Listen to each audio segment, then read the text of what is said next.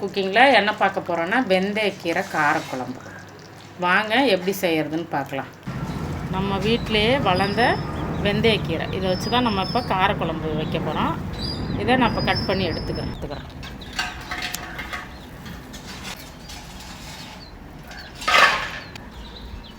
இதை நல்லா நம்ம தண்ணியில் போட்டு அலசிட்டு இதை நம்ம இப்போ காரக்குழம்பு வச்சுக்கலாம். கொஞ்சமாக எண்ணெய் சேர்த்துக்கலாம். நல்லா கழுவி எடுத்தால் வெந்தயக்கீரையை அது கூட சேர்த்துக்கலாம்.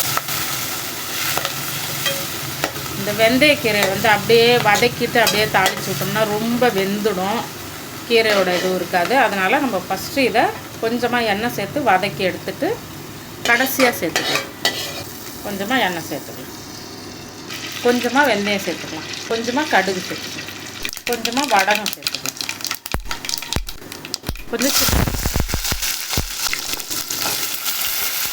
கொஞ்சமாக பூண்டு சேர்த்துக்கலாம். எல்லாம் சேர்ந்து நல்லா வதங்குது. கொஞ்சம் கருவேப்பிலை, கொஞ்சம் பெரிய வெங்காயம்,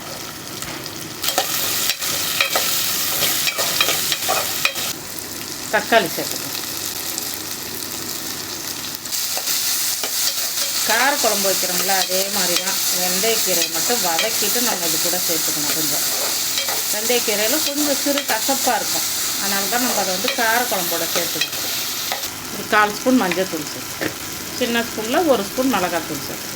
குழம்பு மிளகாத்தூள் ஒரு 2 ஸ்பூன் சேர்த்துக்கலாம். குழம்புக்கு தேவையான உப்பு சேர்த்துக்கலாம். ஒரு சின்ன நெல்லிக்காய் சைஸ் புளி கொஞ்சம் தண்ணி ஊற்றி கரைச்சி வச்சுருக்கேன். அதை நம்ம இது கூட சேர்த்துக்கலாம். நல்லா கொதிக்கட்டும். கொஞ்சமாக நம்ம இதில் தண்ணி சேர்த்துக்கலாம். நல்லா எல்லாம் சேர்ந்து கொதிக்கட்டும். தட்டு போட்டு இது கூட நம்ம வெல்லம் ஒரு துண்டு சேர்த்துக்கலாம். 1 ஸ்பூன் அளவு மிளகுத்தூள் சேர்த்துக்கணும்.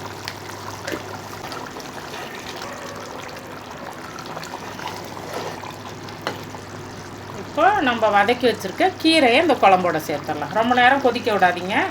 சும்மா ஒரு கொதிச்சோன்னா தட்டு போட்டு மூடிடுங்க. அந்த சூப்லேயே அந்த கீரை வெந்துடும். நல்லா ஒரு கிண்டிட்டு தட்டை போட்டு நம்ம மூடிடலாம். ஒரு 2 நிமிஷம் மட்டும் இருக்கட்டும்.